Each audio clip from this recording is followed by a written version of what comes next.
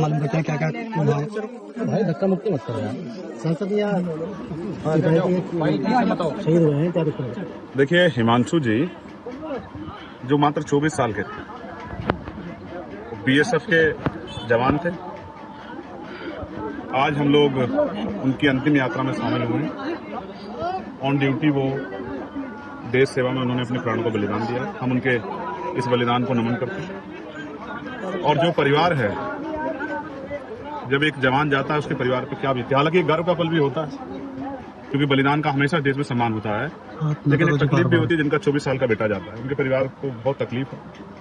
और ऐसे समय मैं और हमारा पूरा क्षेत्र, इस क्षेत्र के लोग, यहाँ के तमाम सम्मानित लोग उस परिवार के साथ करें। हमारी आदरांजलि भाई हिमांशु जी को और उनके परिवार को कुदरती दुख सैनिक शक्ति जैसे प्रस्ताव रखा गया है, क्या क्या मांगे दी गई? जगत गुरु सतगुरु रविदास जी महाराज उनको इतनी हिम्मत देंगे वो दुख को सह सके। परिवार की इच्छा थी, परिवार की और कोई इच्छा नहीं थी, सिर्फ एक इच्छा थी कि उस बेटे को सम्मान मिलना चाहिए। गांव के लोगों ने उस सम्मान को, उस दर्द को समझा, क्योंकि ये एक परिवार का बेटा नहीं, पूरे क्षेत्र का बेटा है, देश का बेटा है।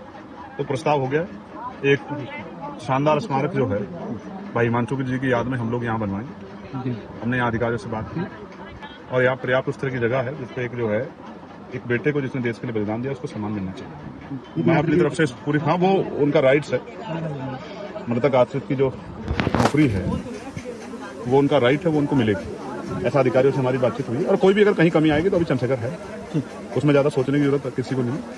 किसी भी तरह की, हर तरह की उनकी मदद के लिए, उनकी आवाज उठाने के लिए यहाँ सक्षम नेतृत्व है। उनके आंसू नहीं बहेंगे, ये मेरा आप लोगों को विश्वास बात है।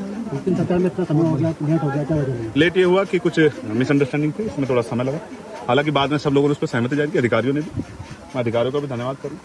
और ये इसी तरह से जो है, आप ये समझिए, अगर जो लोग देश के लिए बलिदान देते हैं अगर उनका सम्मान नहीं होगा तो कौन अपने बेटों को जो है सेना में, अर्धसैनिक बल की जो है नौकरी के लिए, देश की सेवा के लिए, वीआईपी की सुरक्षा के लिए, एयरपोर्ट और तमाम तरह की सुरक्षा के लिए कौन भेजेगा? तो हमें समझना पड़ेगा कि बलिदान का सम्मान होना चाहिए। और ये किसी जाति के मोहताज नहीं, किसी धर्म के नहीं। जाति धर्म से ऊपर उठ जाता है जब आदमी जो है देश के लिए नौकरी करता है, देश की सेवा के लिए बलिदान देने के लिए घर से निकलता है। और मैं इस परिवार को भी, उसकी हिम्मत को, इस परिवार की मैं बधाई देता हूँ। इस परिवार की हिम्मत को भी मैं बधाई देता हूँ और क्षेत्र के जिम्मेदार लोगों को भी बधाई देता हूँ कि उन्होंने इस शौर्य को जिस तरह से जो है अपने दिल में जगह दी है। और ये हिमांशु जी अब अमर हो गए। जब तक इतिहास रहेगा इस गांव का, इस क्षेत्र का, हिमांशु जी हमारे दिलों में जिंदा रहेंगे। और मैं फिर दोबारा से प्रार्थना करता हूँ कुदरत से कि उनके भाई जो उनसे बड़े हैं, भाई केशव जी, हमारे यहाँ के प्रधान जी, सब लोग उनके दर्द के साथ खड़े और उनके साथ